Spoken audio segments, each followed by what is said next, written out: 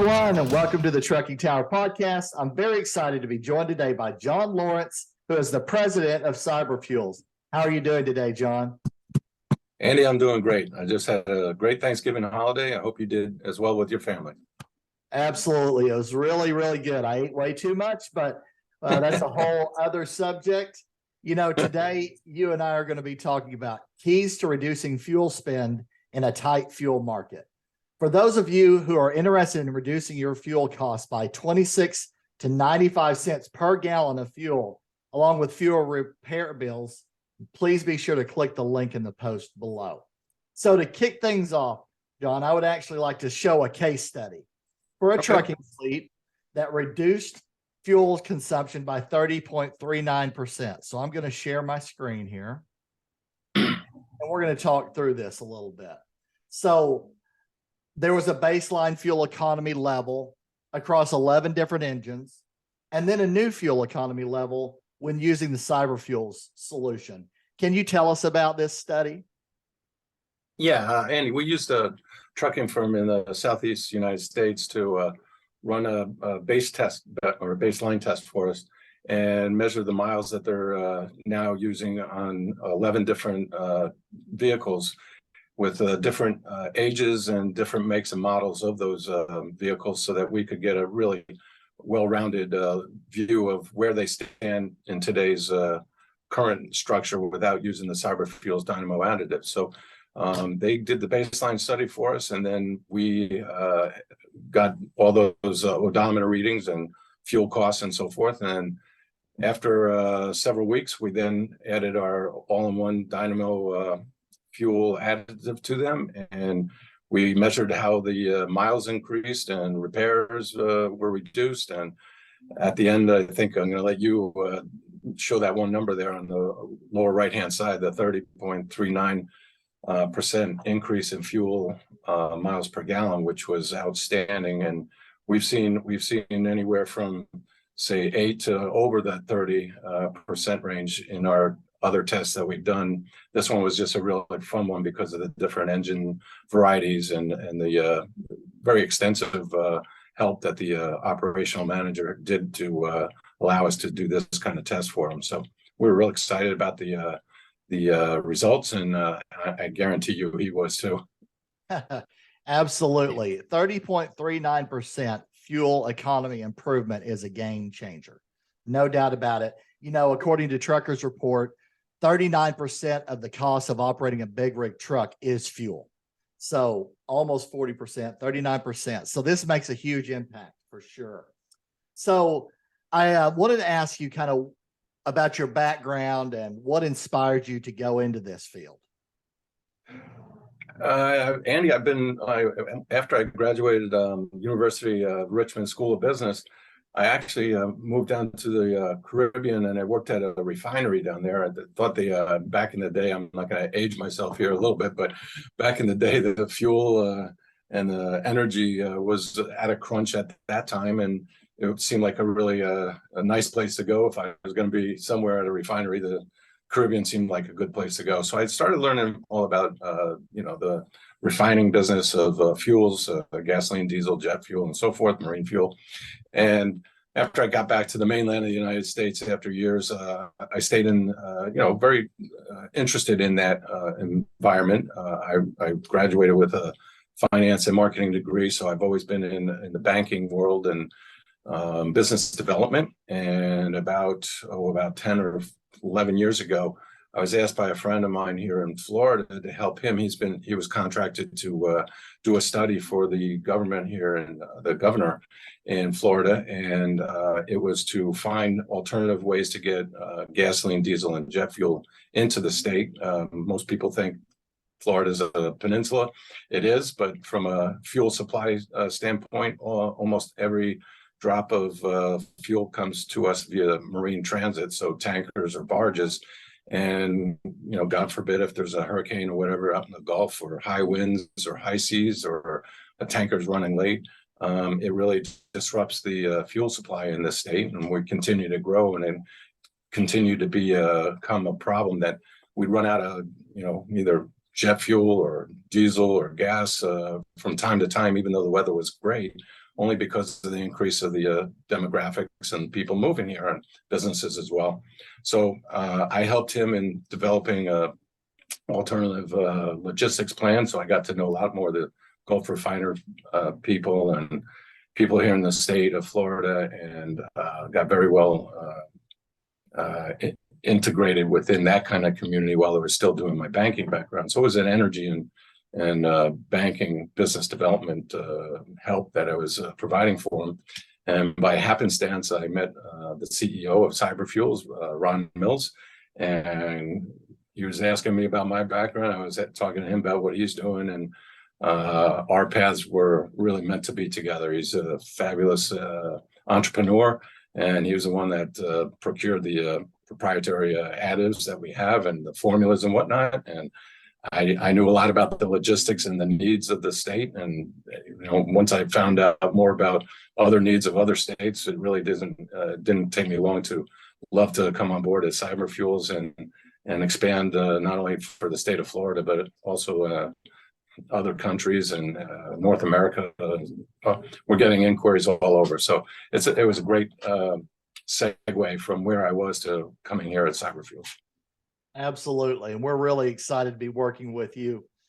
We had a press release that came out recently about our partnership, and super excited about what we've seen with the results and working with your executive team. It's been really, really good. So, we've all been hearing about the diesel crisis and tight fuel supplies.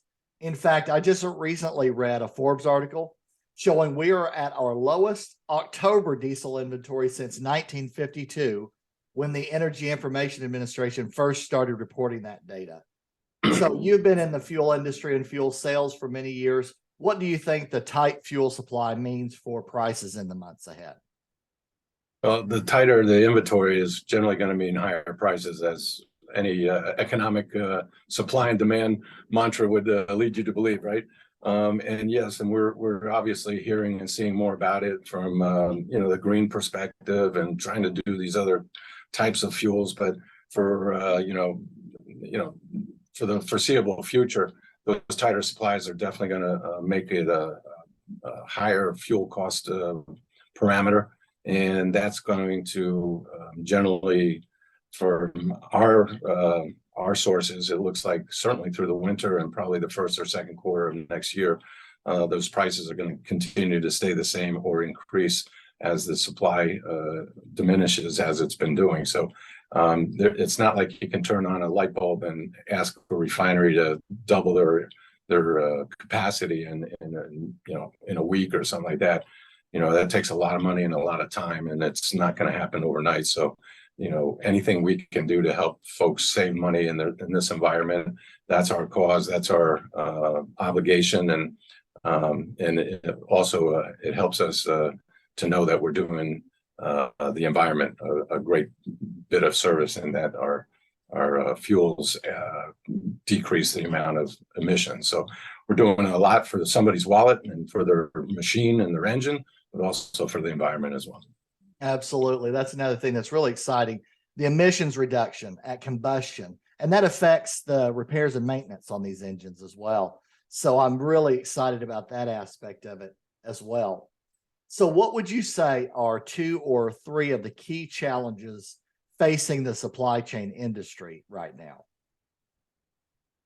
I think, as I mentioned just now, you can't just turn a switch and ask somebody to double their, supply or, be able to produce more, on a moment's notice. It's going to take a while.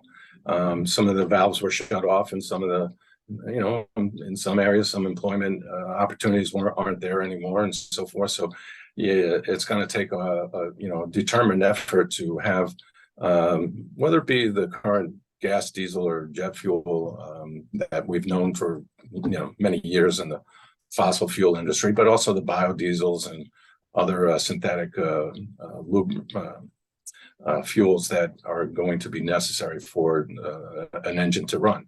So it takes testing, it takes a lot of money, it takes a lot of environmental approvals, and again, as much as we're all looking to do that, it does take time. And so we're looking to help bridge that gap as fast as possible, but in the meantime, save folks time on what's available today, and also save them on the money that they're spending for repairs, maintenance, and the fuel costs themselves. So anything we can do has really just been a tremendous benefit from our standpoint. And that's our goal and our mission, is to help bridge the gap from where we used to be to where we can be in the future. Right, absolutely. And I've been fortunate. During the last 25 years, I've negotiated over $200 million in contracts from the sell side and the buy side. And, I know companies are always looking to be more competitive in their rates and their shipping costs. And just a 2 or 3% gap in your bid versus another company's bid can mean the difference in getting a deal or not. So I'm super excited about being able to have a huge impact on fuel and maintenance, emissions reduction as well. But particularly the fuel and emissions reduce the fuel costs and the maintenance and repair costs. So those help companies be more competitive, get more revenue while they're lowering their operating costs. So that is just really, really exciting to me. So what would you say are a couple of keys to success in overcoming low inventory and higher fuel prices? Well, our additive is designed to allow the engine to burn more efficiently. And by doing so, by the way, we've also added, we call it an all-in-one product. So whether it be for gasoline or diesel or marine fuels, we have added a lubricity and corrosive inhibitors so that the engine's just going to run better. And when it's running better, it's going to burn better. And when it burns better, not only are you going to get more power and feel it, but you're also going to have a cleaner emission. So we're reducing anywhere around 22% of those particle emissions. So by doing so, again, we're helping the environment, we're helping the engine run better, and we're saving costs on the repairs. So it's really, like I said, it's an all-in-one as the name of our product. So we're really excited about how it does so many things for really almost any type of engine. Absolutely. And I would encourage you guys, click that link below. We have a quick overview, the 6 benefits of running this in your engines, and we'd be happy to show you, explain more detail on that. But certainly burning the fuel more completely, improving your lubricity, the corrosion inhibitor, the cetane booster in the diesel. There's a lot of benefits there. And so we'd be glad to show you guys more details on all of the things that it can do at one time in the all-in-one, product.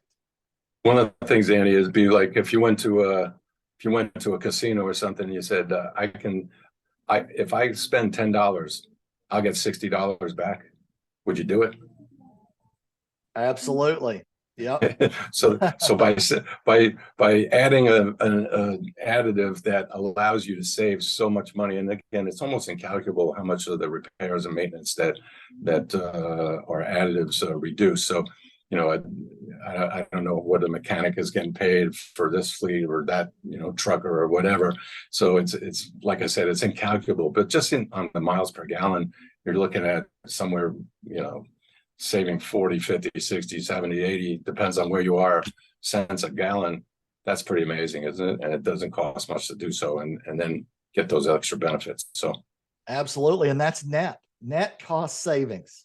Absolutely. After the cost of the product, anywhere from 26 to 95 cents per gallon range in there, right, all the way possibly to $1, depending on where you're operating, or more, so it's really incredible opportunity for companies to really have a huge impact on their operating costs. So I asked this last question of all my guests. What would you say as a final word of advice for our friends out there listening or watching today? Andy, I like how you always put it, because I've seen some of your other podcasts, which are always superb.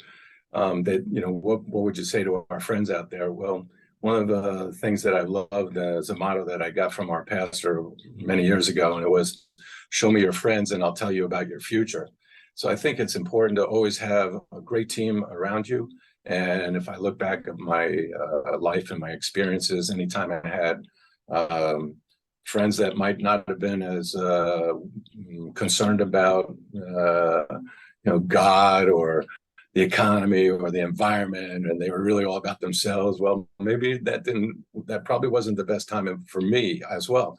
But then when I could prune out the ones that weren't so helpful to me and found more friends and teammates that, like yourself, by the way, and to be able to grow with a great group of folks, it raises the bar for everything. And my life has only gotten better by finding more friends that see the future and see the benefits of being spiritually in tune and environmentally in tune and family in tune.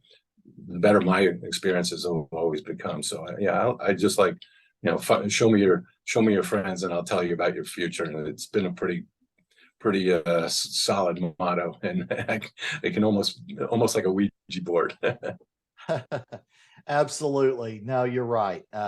Having the right friends and colleagues all kind of pulling together for a greater cause, whatever that might be, certainly I think is so much easier than being surrounded with people that are pulling in their own direction, right? I've been involved in both scenarios, and it just flows a lot more smoothly when you're all pulling together in the right way.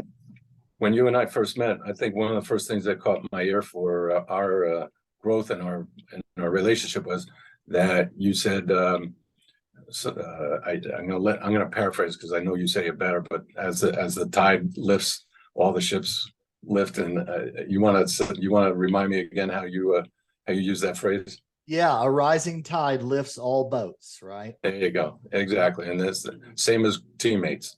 Right. Absolutely. Family and friends. Yep. No doubt. No doubt about it. Yeah. A rising tide lifts all boats. I've seen it many times over the years. And we're super excited to be partnering with you guys. I know we can massively help companies, help the environment, and do good things working together and helping other people. And so I've seen your volunteering work and all the things you've been doing, and that sort of cemented it for me. Love it. And so everybody, you're going to want to go check out the CyberFuels company page on LinkedIn. And that's going to do it for today's episode of the Trucking Tower podcast. Thanks for watching or listening, everyone, and we'll see you again soon. Take care. Thanks, Andy. Thanks, John.